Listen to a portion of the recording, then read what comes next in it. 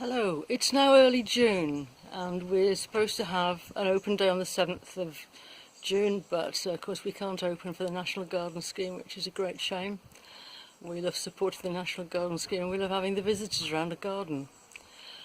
I'm going to tell you about some of the more unusual plants that we've got in the garden that are looking good just now, and I'll put some stills up as well. And here is the Asteranthera, which has taken a long time to get the conditions right that it likes. Next to Mysotidium, that's pretty much finished flowering now. That's Paul's Himalayan musk, rambling up the Metasequoia glyptostreboides. It's never looked better. It must, this hot, dry weather must suit it.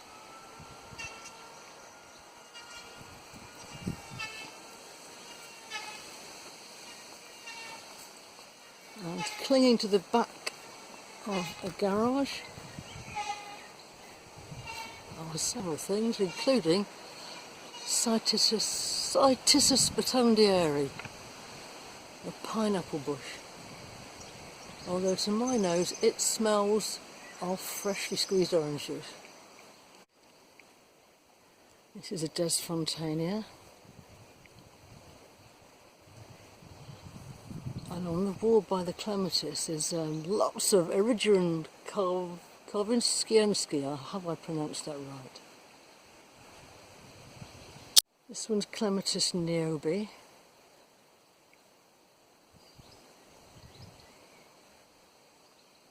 This one is Cornus Cherokee Princess, which obviously seems to like this hot, dry weather. It's never looked better.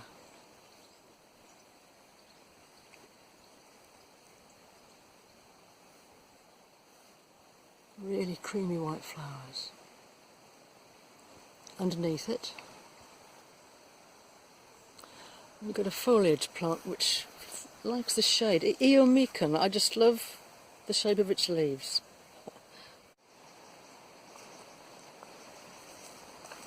Go across a little bridge.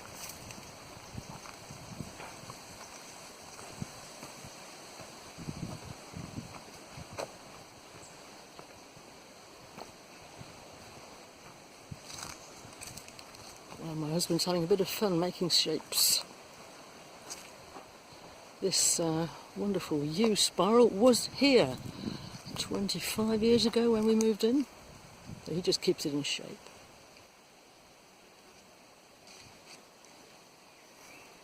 We've got a collection of maples, a lot of them grown from seed.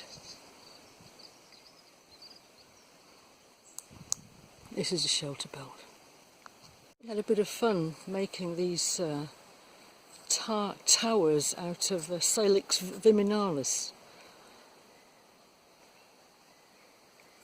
And over here we've got Hoheria sextilosa.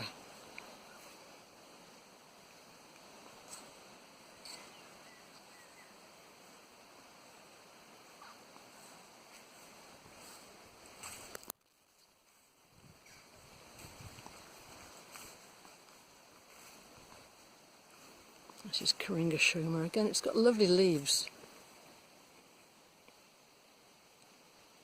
This is Rambling Rector with pure white flowers. It really has got very high up the tree and intends to take over the whole place, I think. Here we've got a Pterostylix hispida, which again has never flowered better. Some things really like the really hot weather.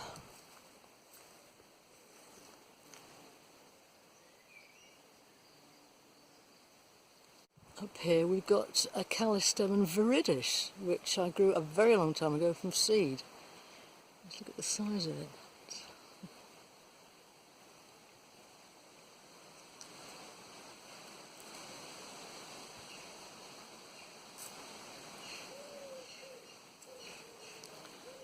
We walk down into the sunken garden,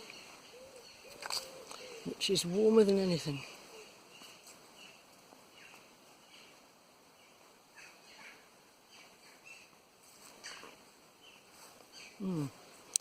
Little ginkgo tree there, we've had that a very long time. It's called Century, but it really hasn't grown as well as the more ordinary ginkgo that you see there, which has gone much more like a century.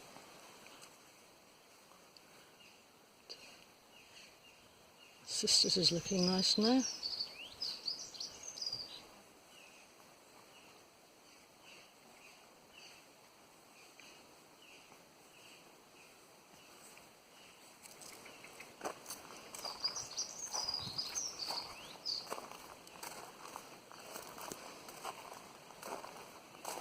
Won't be long before we're seeing colour on that salvia there.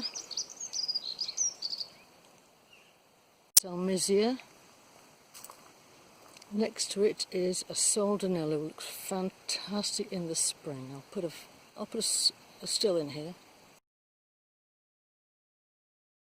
And the soldanella is Pseudowintera colorata. And further up we've got Mechanopsis napolensis, got lovely red ones, and a lemon yellow at the back.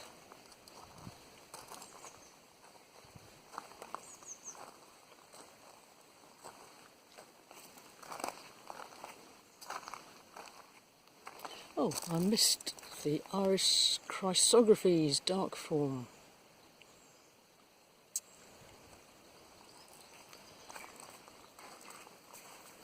I can't remember the name of this little iris-like thing, but that's really pretty. Now that is Solanum laciniatum, which was out all winter and survived. I guess we didn't really have a winter. Down below is Primula Sieboldii, a really late one. The others are all finished. Rhodohypoxis.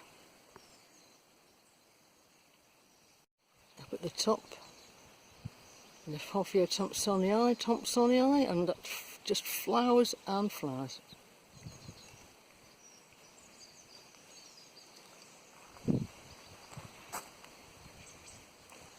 At the back is a row of different species of salvia, which will look great later on.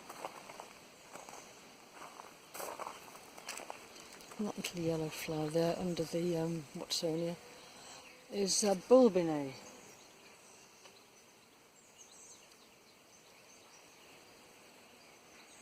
Agapanthus.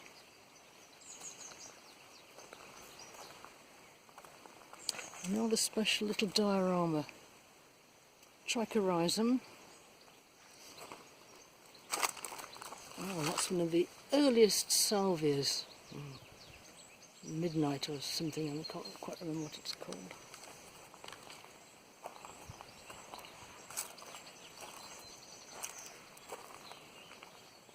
I think this one is called crib sheet here, Orthothanthus laxus. Hiding under the beech tree is quite a hand.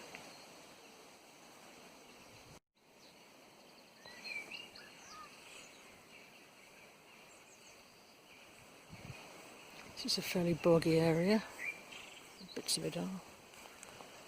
This is an iris-like thing, Moria.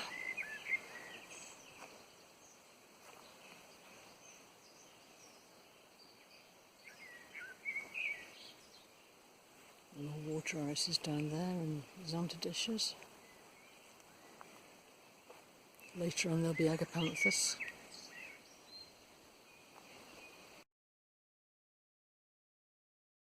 And Fabia. It hasn't lasted long because it's been so dry, but it's the most gorgeous orange.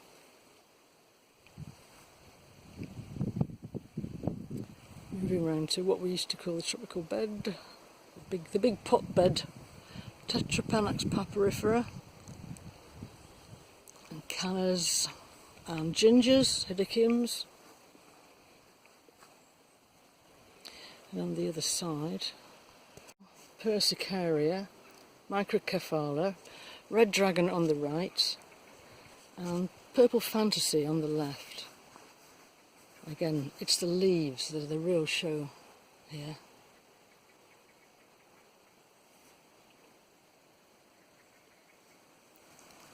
Something quite unusual at the end of the bed.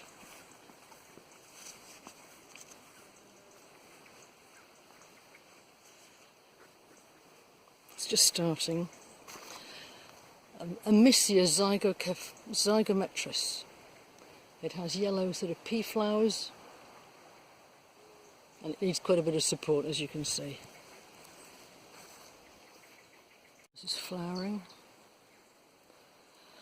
And in the middle there, an incense cedar, but it's not too happy. We don't know if it has a disease. Lovely dark catinus. And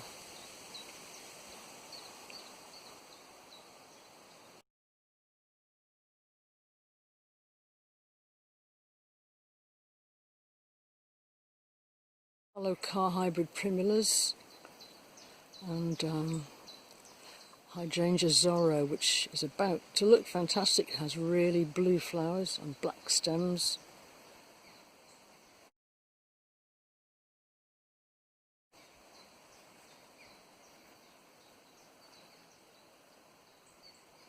More Persicaria.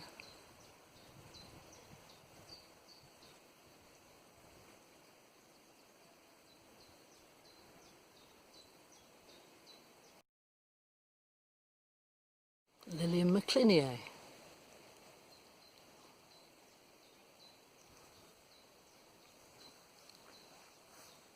Another Mechanopsis napolensis.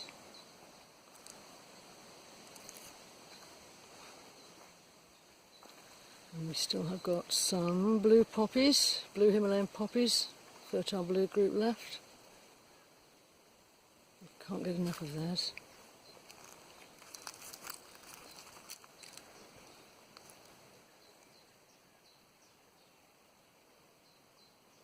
And beside them, another lovely primula, Primula secundiflora.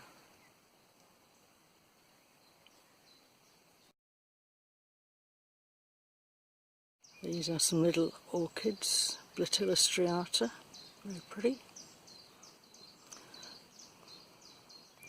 The trilliums are over, but behind is another beautiful Mechanopsis, Mechanopsis Bailey, Henshaw violet.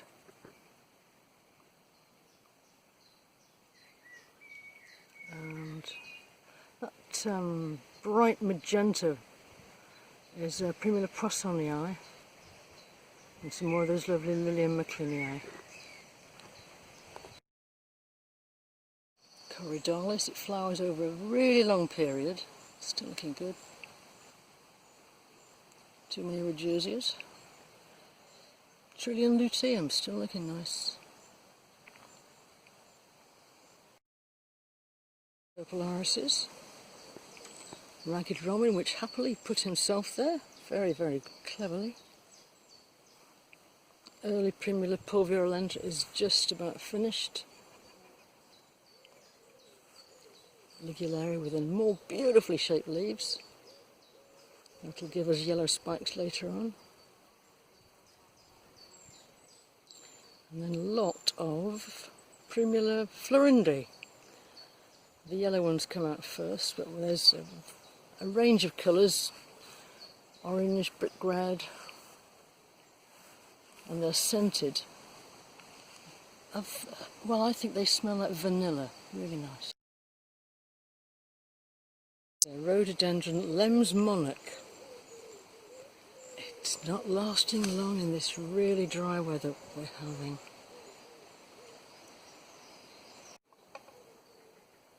Isn't my husband artistic? Thin slices of wood, slowly dried, varnished.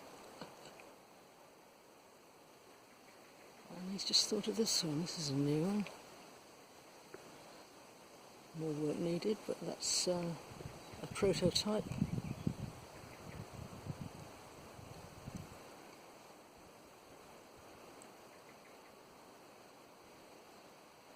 Violum, the climbing nasturtium.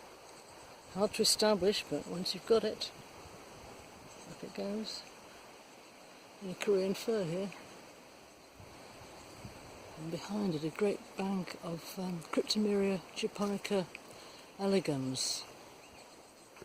It's quite a lot of it, just from a few cuttings. And at the end there, a tulip tree. Those are the grass beds or monocoque beds. And Miscanthus florigelus is the large area. That grows to about 14 feet. You can see there's an Apophia Thomsonii in the distance there. Lovely cornice, I can't tell you his name just at the moment.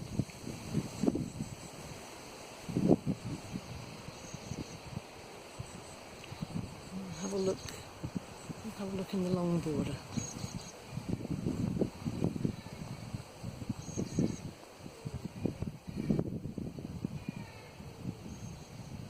Lycium russicum, not as big as his cousin Pininana, but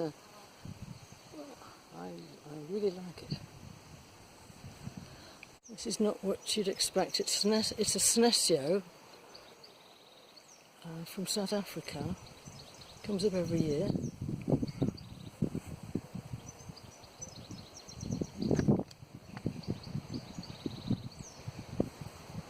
Nice astrantia, really quite a pure white. Lovely magenta tradescantia. Chiming off that very nice clematis.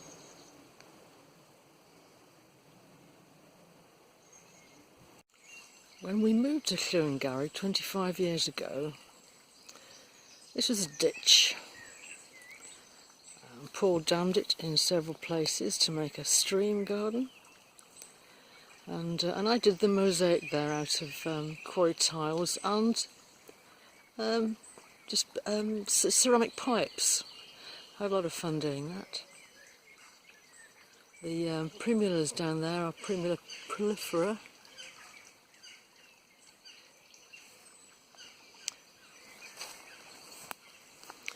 Acer aconitiifolium here, very pretty leaves.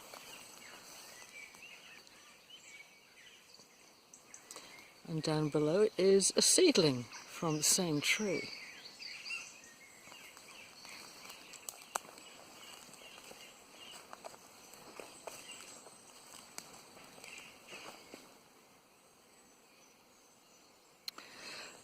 That's an unusual rhododendron, late flowering. Rhododendron Llwyngarregensi.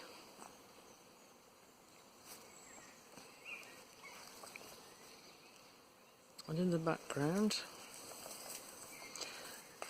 is the grass house. Where I'm standing, when we moved in, was a huge Ponticum rhododendron, which had to go. Our granddaughter, eldest granddaughter, who was then 2, had a den beneath it, and she was distraught that her den had gone. So Grandad made her a little house, the grass house, out of the Miscanthus florigelus. There it is. This is one of the astrantias called Roma from Glenchantry Garden, sadly now closed. Another of my little favourites is this nodding allium. Allium cernuum. It seats itself nicely about. I don't mind where it puts itself. And over here, a rather elegant white astrantia. This is from South Africa. It's perennial.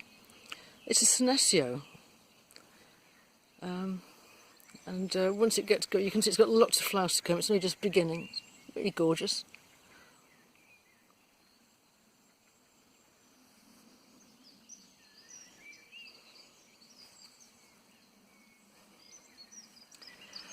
The peonies are quite difficult to pick up on the camera here.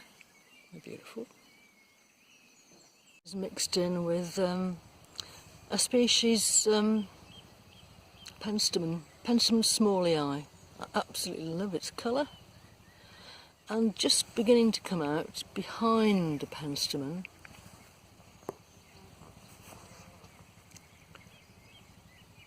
is remember what it's called now.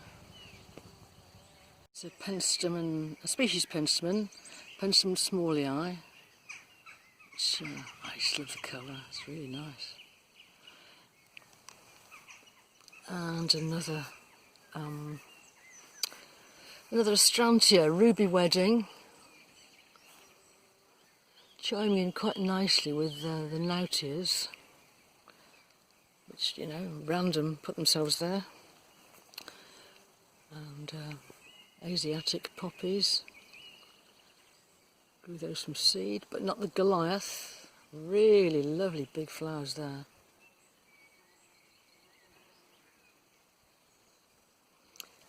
And the Sutherland's Gold elder is very good in this a bit of a dark corner. It really lights it up.